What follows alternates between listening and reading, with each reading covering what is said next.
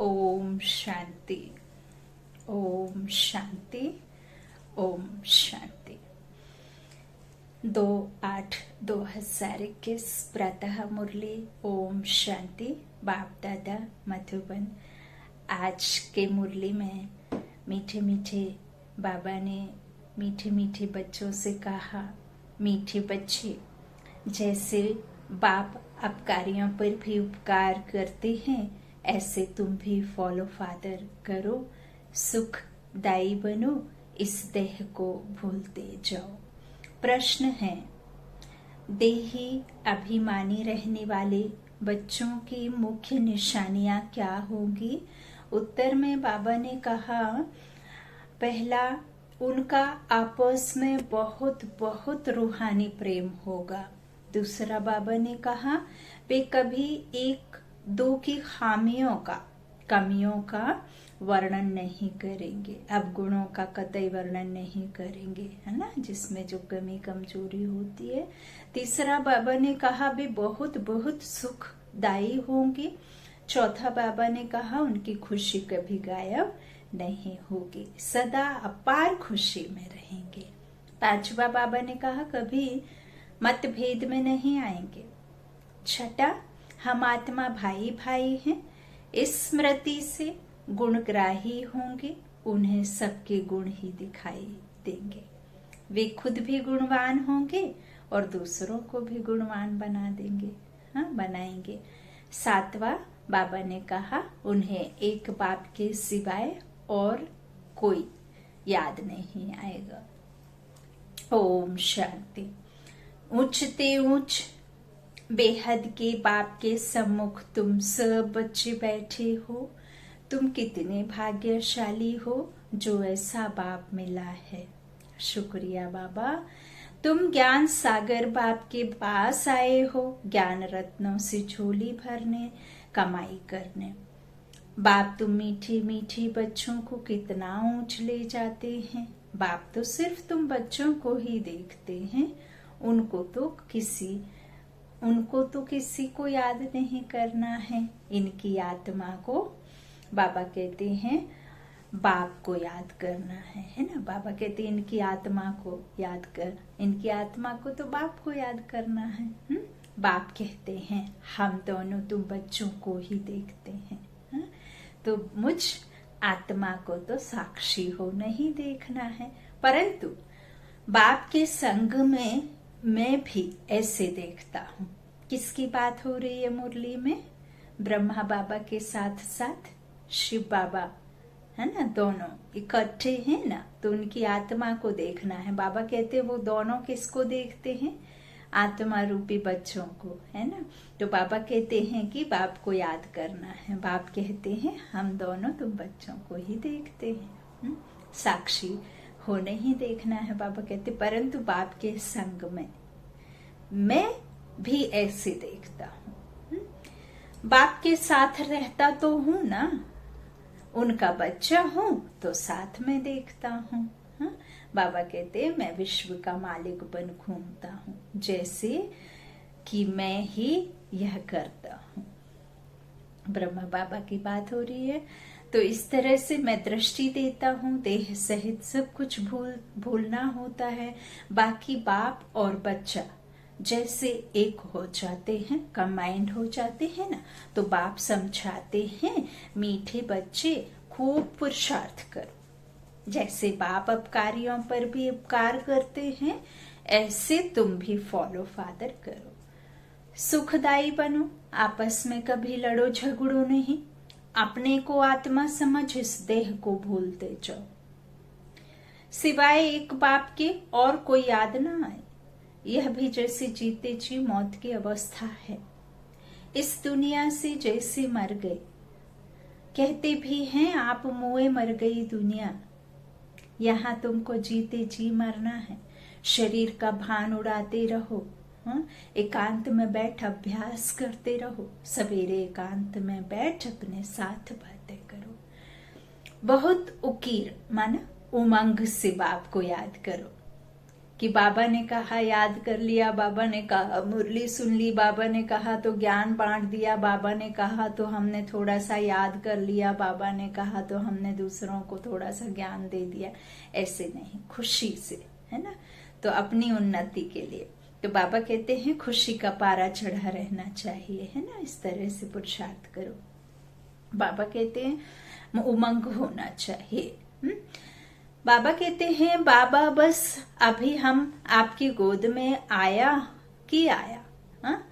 बस एक की याद में ही शरीर का अंत हो, इसको कहा जाता है एकांत।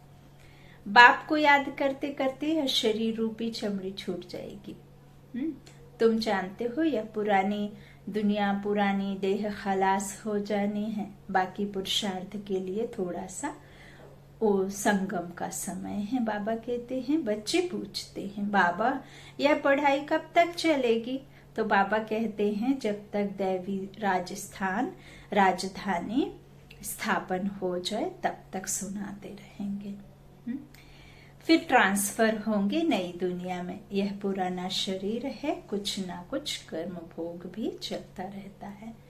इसमें बाबा मदद करे यह उम्मीद नहीं रखनी चाहिए। कर्म भोग जो हमारे पुराने 63 जन्मों के पाप विकर्म हैं, जिन्हें हम कर्म भोग के तौर पर सजा खाते हैं, तो वो कर्मों के भोग बाबा कहते हैं उस पर कोई कृपा नहीं होती, वो वैसे ही चलता है। इसमें कोई मदद करे यह उम्मीद नहीं रखनी है, क्योंकि कोई एक जन्म का नहीं है, है ना।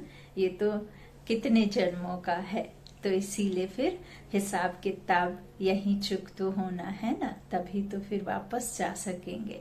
तो बाबा कहते हैं उसमें कोई भी आपकी मदद करे यह उम्मीद नहीं रखनी। देवाला निकला, बीमार हुआ, बाप कहेंगे यह तुम्हारा हिसाब किताब है। हाँ, फिर भी योग से आयु बढ़ेगी। अपनी मेहनत करो, कृपा मांगो नहीं। बाबा कहते हैं ये भक्ति काल की बातें हैं मांगने वाली। अब यहाँ आपको अपना स्वराज्य अधिकार प्राप्त करना है तो पुरुषार्थ करना है, मांगना नहीं है। कृपा मांगो नहीं, बाबा कहते हैं, है ना। तो इस तरह से मेहनत करो। बाप को जितना याद करेंगे इसमें ही कल्याण है। जितना हो सके योग बल से काम लो। भक्ति मार्ग में गाते हैं मुझे पलकों में छुपा लो, प्रिय चीज को नूरे रत्न प्राण प्यारा कहते हैं। हाँ? तो यह बाप तो बहुत प्रिय है, परंतु है गुप्त, दिखता नहीं है, है ना। कोई सोचे कि हम फोटो रख लें या इस तरह से, वो सिर्फ आपको कंसंट्रेट करने के लिए, यहाँ वहाँ मन ना भटके, इसके लिए बाबा ने चित्रों को मनुष्य आत्माओं के लिए, जीवात्माओं के लिए बनवाए हैं। नहीं तो बाबा का कोई चित्र नहीं है ना, क्योंकि उनसे तो संबंध है ना। तो संबंध जब आप याद करेंगे, संबंध को समझेंगे और प्रैक्टिकल में वो सम्मुख बैठे हैं ऐसा जब आप अनुभव करेंगे, इन सब चीजों को बुद्धि से, इन सब बातों को समझेंगे, तो स्वतः ही उनकी याद आएगी। तो यह सब आपको यथार्थ में समझना होगा, तभी फिर उनको याद करने में फिर कोई भी मेहनत नहीं लगेगी। बाबा कहते हैं लेकिन गुप्त है तो बहुत प्रिय, लेकिन गुप्त होना में तो उनके लिए लव ऐसा होना चाहिए जो बात मत पूछो। प्रेम कोई करता है तो प्रेम को देखा नहीं जाता ना, सिर्फ अनुभव किया जाता है। और जो प्रेम कर बैठता है वह जानता है कि प्रेम क्या है। जिसे प्रेम करना नहीं आता ना, वो प्रेम की परिभाषा समझा भी नहीं सकता, क्योंकि उसने अनुभव नहीं किया होता है ना। भलौकिक जीवन में क्यों ना हो। तो वही तो प्रेम ईश्वर के साथ करना होता है, जिसे दिखाया नहीं जाता, अनुभव किया जाता है ना। तो इस तरह से ये बातें हैं। बाबा कहते हैं कि उनके लिए लव ऐसा होना चाहिए जो बात मत पूछो। बच्चों को तो बाप अपनी पलकों में छिपाते ही हैं, है ना। वो पर जो परम पिता परमात्मा है, अभी जो अवतरण लेकर हम बच्चों के दुखों को खत्म करने के लिए आए हैं, तो हमारे बुलावे पे आए हैं। हम सबके पास तो ना जाने क्या क्या है मन लगाने के लिए, है। इस संसार में बहुत कुछ है जिसमें बुद्धि आपकी चली जाती है, लेकिन परम पिता परमात्मा के पास में तो सिर्फ और सिर्फ उनके बच्चे ही हैं 24 घंटे देखने के लिए और याद करने के लिए, और उनके पास कुछ नहीं है ना। तो बाबा कहते हैं इस तरह से जो है हमें पलकें कोई, या बाबा कहते बच्चों को तो बाप अपनी पलकों में छिपाते ही हैं। पलकें कोई यह आंखें नहीं, यह तो बुद्धि की बात है ना। ऐसे नहीं है कि अब आप ही किसी बच्चे को अपने बच्चे को प्यार करते हैं और हमेशा कहते हैं कि हम अपनी पलकों में बिठा कर रखेंगे तुम्हें, तो पलकों में आकर नहीं बैठ जाते हैं। वो बुद्धि से और अनुभव की बात है ना। तो ऐसा थोड़े ना है कि बाप अपने बच्चों को पलकों में बिठा कर रखते हैं तो हम पलकों में जाकर बैठ जाते हैं। हाँ, मनुष्य कैसे पलकों में बैठेगा, है ना। ये बुद्धि की बातें हैं। बाबा कहते मोस्ट बिलवेड निराकार बाप हमें पढ़ा रहे हैं। वह ज्ञान का सागर, सुख का सागर, प्यार का सागर है। ऐसे मोस्ट बिलवेड बाप के साथ कितना प्यार होना चाहिए। बच्चों की कितनी निष्काम सेवा करते हैं। तुम बच्चों को हीरे जैसा बनाते हैं, कौड़ी से हीरे जैसा बनाते हैं। बाबा कहते हैं कितना मीठा बाबा है, कितना निरअहंकारी बन तुम बच्चों की सेवा करते हैं। तो तुम बच्चों को भी इतने प्यार से सेवा करनी चाहिए, श्रीमत पर चलना चाहिए। कहाँ अपनी मत दिखाई तो तकदीर को लकीर लग जाएगी। अभी कलम हमारे हाथों में है ना, जितना चाहो उतना अपना भाग्य लिख लो, खींच लो भाग्य की लकीर। ये सिर्फ आधे कल्प के लिए नहीं, पूरे 5000 वर्ष के लिए, है ना, पूरे कल्प के लिए। सिर्फ 2 युगों की बात नहीं। जो हम इस समय इस संगम युग पर इकट्ठा करते हैं ना, वही कमाई हमारे साथ में पूरे कल्प चलती है। तो तुम बच्चों का आपस में बहुत बहुत रूहानी प्रेम होना चाहिए, परंतु देह अभिमान में आने के कारण वह प्यार 1-2 में ही नहीं रहता है। 1-2 की खामियां ही निकालते रहते हैं। फलाना ऐसा है, वह यह करता है। तुम जब देही अभिमानी थे तो किसकी कमियां नहीं निकालते थे। हाँ? आपस में बहुत प्यार था। अब फिर वही अवस्था धारण करनी है। पहले तुम कितने मीठे थे, फिर ऐसा मीठा सदा सुखदाई बनो। देह अभिमान में आने से दुखदाई बने तो तुम्हारी, बाबा कहते हैं कि रूहानी खुशी गायब हो गई, लाइफ भी छोटी हो गई। और अब फिर बाप आया है तुम्हें तमो प्रधान से सतो प्रधान बनाकर सदा सुखदाई बनाने। तुम जितना बाप को याद करते रहेंगे उतना खामियां निकलती जाएंगी, स्वतः ही निकल जाएंगी। मतभेद निकलता जाएगा। यह पक्का याद रहे, हम भाई भाई हैं। आत्मा भाई भाई को देखने से सदैव गुण ही दिखाई पड़ेंगे। सबको गुणगान बनाने की कोशिश करो। बाबा कहते सबको गुणवान बनाओ, है ना। ऐसे नहीं है कि आप आगे निकल गए और किसी को पीछे छोड़कर छूटा देखा हुआ, या किसी को कमी कमजोरी है तो उनकी कमी कमजोरियों पर आप खुश हो जाएं कि ये तो हमारे उस पे पहुंचा ही नहीं। सबको एक समान समझ, भाई भाई आत्मा समझ, सबको एक समान बनाना है, आप समान बनाना है ना। तो बाबा कहते हैं कि इस तरह से सदैव गुण ही दिखाई पड़ेंगे। तो सबको गुणवान बनाना है। बाबा कहते हैं अब गुणों को छोड़ गुणों को धारण करो, कभी किसी की ग्लानि नहीं करो, है ना। ऐसे नहीं है कि मुख से ग्लानि नहीं की तो हम किसी की ग्लानि नहीं करते। आपके अंतर मन में भी किसी के प्रति भावनाएं गलत हैं, चिंतन करना है, लेकिन शुभ चिंतन, शुभ चिंतक बनो, है ना। तो इस तरह से बाबा कहते हैं चिंतन भी कई तरह का होता है। तो आपको शिव चिंतन, शुभ चिंतक बनना है, और चिंतन भी शुभ ही करना है सभी के लिए। बाबा कहते हैं किसी की ग्लानि नहीं करो। कोई कोई में ऐसी खामियां हैं जो खुद भी समझ नहीं सकते हैं, वह तो अपने को बहुत अच्छा समझते हैं, है ना। कई कई होते हैं। बाबा कहते परंतु खामी होने के कारण कहाँ ना कहाँ उल्टा बोल निकल पड़ता है।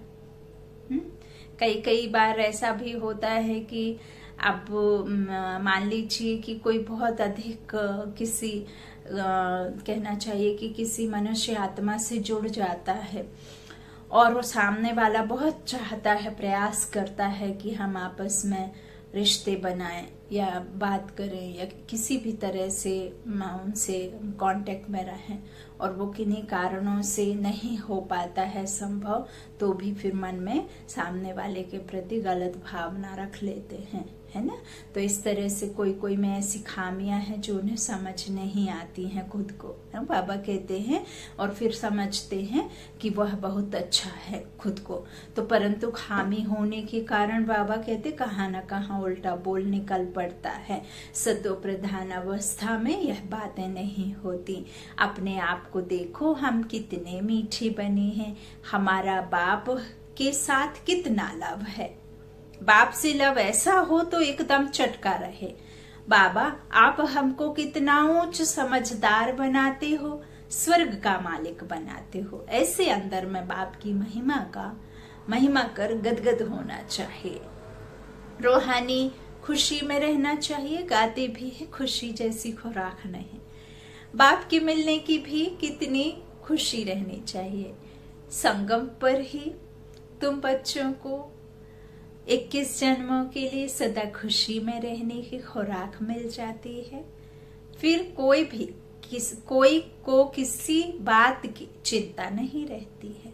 अभी कितनी चिंताएं हैं, इसलिए उसका असर शरीर पर भी आता है। तुमको तो कोई बात की चिंता नहीं है। खुशी की खुराक तुम एक दो को खिलाते रहो, एक दो की यह जबरदस्त खातिरी करनी है। ऐसी खातिरी मनुष्य की कर नहीं सकते। तुम बाप की श्रीमत पर यह खातिरी करते हो। खुश खैराफत भी यह है, बाबा कहते हैं, किसको बाप का परिचय देना है। यह ज्ञान और योग की फर्स्ट क्लास वंडरफुल खुराक है। यह खुराक एक ही रूहानी सर्जन द्वारा मिलती है। मन भव मध्याजी भव, बस 2 वर्षन्स की यह खुराक है। मोस्ट बिलवेड बाप से विश्व की बादशाही मिलती है। यह कोई कम बात थोड़े ही है। यह 2 वचन ही नामी ग्रामी है। इन 2 वचनों से तुम एवर हेल्दी एवर वेल्दी बन जाते हो। तो तुम बच्चों को इन बातों का सिमरन कर हर्षित रहना चाहिए। Godly student life is the best. यह गायन भी अभी का है। जितना हो सके 1-2 को यह रूहानी खुराक पहुंचाओ। 1-2 की उन्नति करो, टाइम वेस्ट ना करो। बड़े धीरज से, गंभीरता से, समझ से बाप को याद करो। अपने जीवन हीरे जैसी बनाओ। हाँ, अपनी जीवन जो है किसके जैसी बनानी है? हीरे के जैसी।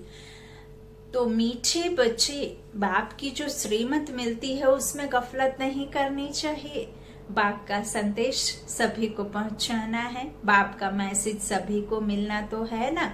मैसेज बहुत सहज है, सिर्फ बोलो अपने को आत्मा समझ बाप को याद करो और कर्मेंद्रियों से मनसा वाचा कर्मणा कोई भी बुरा कर्म नहीं करो।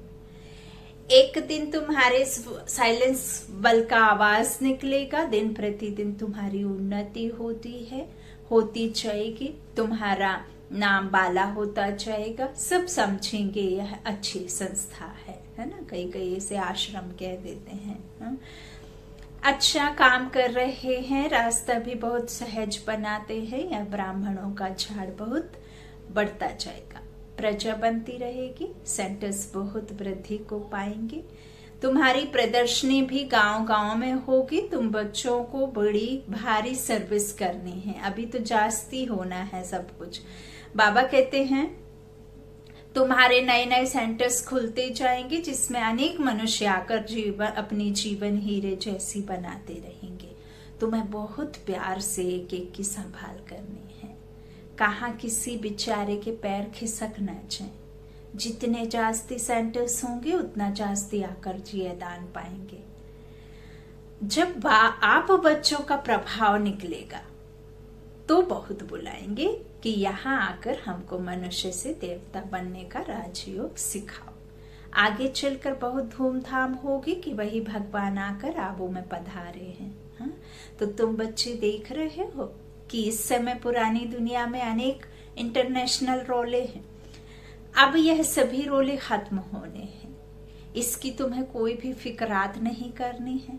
तुम सबको सुनाओ कि इसकी परवाह नहीं करो। अब यह पुरानी दुनिया गई कि गई, इसमें मोह नहीं रखना है। अगर मोह होगा तो हृदय शुद्ध नहीं होगा, तो अपार खुशी भी नहीं रहेगी। बच्चों को अथाह अथाह ज्ञान धन का खजाना मिलता रहता है, तो अपार खुशी होनी चाहिए। जितना हृदय शुद्ध होगा उतना औरों को भी शुद्ध बनाएंगे। पुरुषार्थ ही वही है जो किसी के प्रति भी भावनाएं गलत ना रखे, मनसा किसी के प्रति बुरी ना हो। तो यह भी एक तरह का पुरुषार्थ है। बाबा कहते हैं जिस तरह से अगर मोह होगा तो हृदय शुद्ध नहीं होगा ना, तो बाबा कहते हैं इस तरह से जितना हृदय शुद्ध होगा उतना औरों को भी शुद्ध बनाएंगे। योग की स्थिति से ही हृदय शुद्ध बनता है। तुम बच्चों को योगी बनाने का भी शौक होना चाहिए। अगर देह में मोह है, देह अभिमान रहता है, तो समझो हमारी अवस्था बहुत कच्ची है। देही अभिमानी बच्चे ही सच्चा डायमंड बनते हैं। इसलिए जितना हो सके देही अभिमानी बनने का अभ्यास करो। अच्छा, बाप दादा का याद प्यार। मीठे मीठे सीखी लादे बच्चों प्रति माता पिता बाप दादा का याद प्यार और गुड मॉर्निंग। रूहानी बाप की रूहानी बच्चों को नमस्ते। हम रूहानी बच्चों की रूहानी माता पिता बाप दादा को याद प्यार और गुड मॉर्निंग। शुक्रिया बाबा, मीठे बाबा, प्यारे बाबा, सबका साथी सबका सहारा। बाबा का याद प्यार आप जरूर रोज रात्रि विश्राम से पहले लीजिएगा। उन्हें भी याद प्यार दीजिएगा और उनका लीजिएगा। मुझे एक बात हमेशा याद रहती है कि जब हमारी मनमोहनी दादी बाबा का दूसरा छोटा रथ, छोटा नंदी जब इस दुनिया से अव्यक्त हुई, दादी जब देह को छोड़कर गई, तो उसके 1 या 2 दिन पहले ही दादी का अव्यक्त बाप दादा के मिलन में दादी ने यह संदेश दिया था अव्यक्त मिलन में कि बाबा चाहता है कि रोज अपने बच्चे बाप का याद प्यार लेकर के ही और दे कर के ही विश्राम करें। तो यह बात भूलनी नहीं है। शुक्रिया मीठे मीठे प्यारे प्यारे बाबा। तो धारणा के लिए मुख्य सार है। पहला, बाबा ने बच्चों से कहा बाप समान निरहंकारी बन, बहुत प्यार से सबकी सेवा करनी है, श्रीमत पर चलना है, अपनी मत पर चलकर तकदीर को लकीर नहीं लगाना है। दूसरा, बाबा ने कहा संगम पर बाप द्वारा जो खुशी की खुराक मिली है वही खुराक खाते और खिलाते रहना है। अपना टाइम वेस्ट नहीं करना है।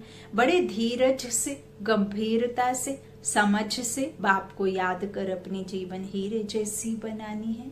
आज का वरदान है बच्चों के लिए, मैंपन का त्याग कर, सेवा में सदा खोए रहने वाले त्याग मूर्त सेवाधारी भव।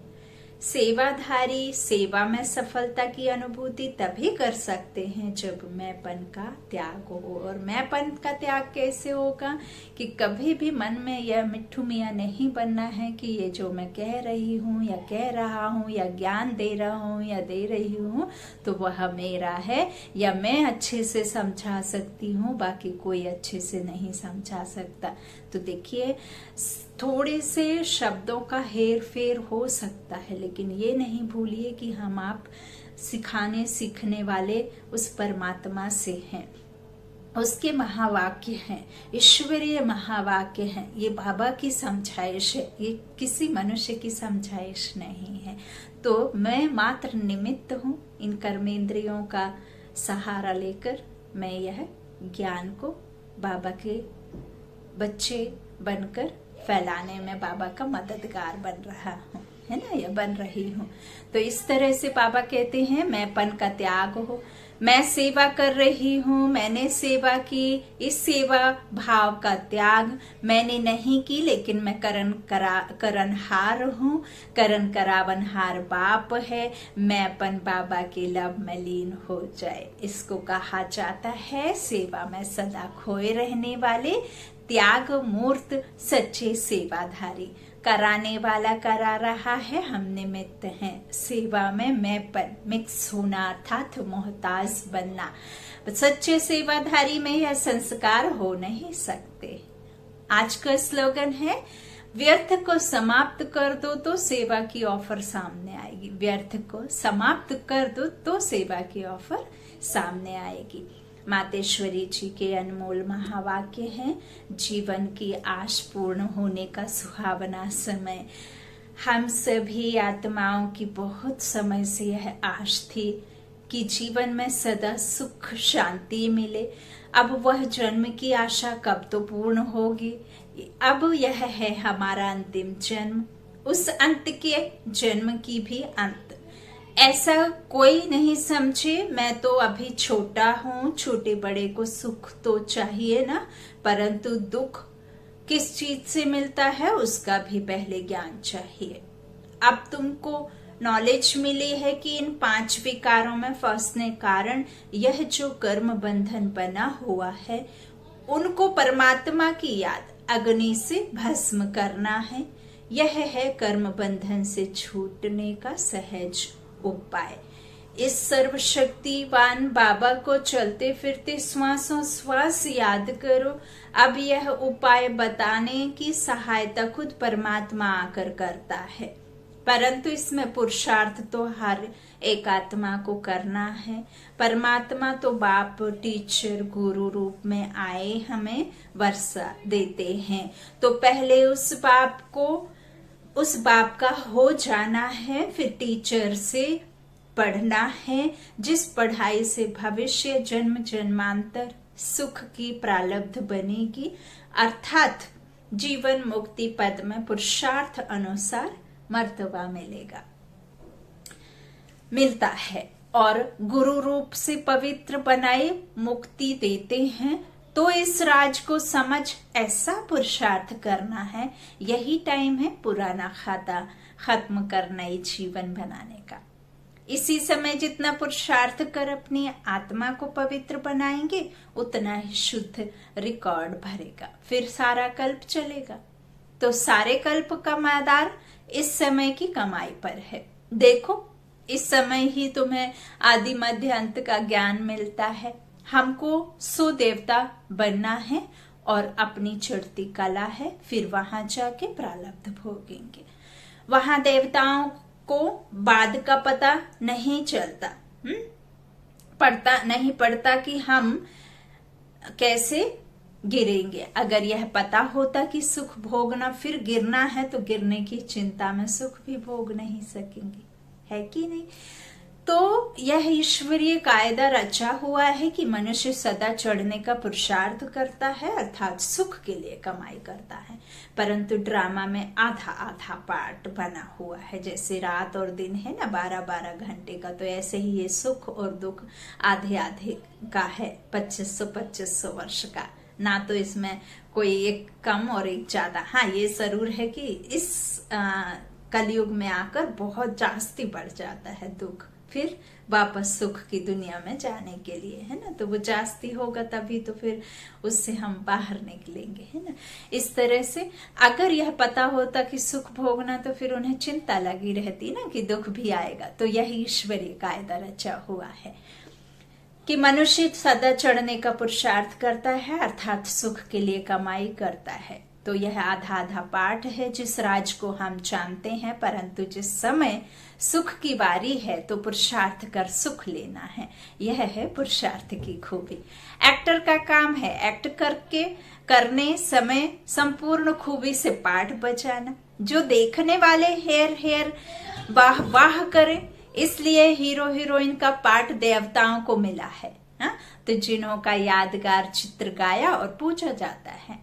निर्विकारी प्रवृत्ति में रह कमल फूल समान अवस्था बनाना, यही देवताओं की खूबी है। इस खूबी को भूलने से ही भारत की ऐसी दुर्दशा हुई है। अब फिर से ऐसी जीवन बनाने वाला खुद परमात्मा आया हुआ है। अब उनका हाथ पकड़ने से जीवन नैया पार होगी। अच्छा, ओम शांति।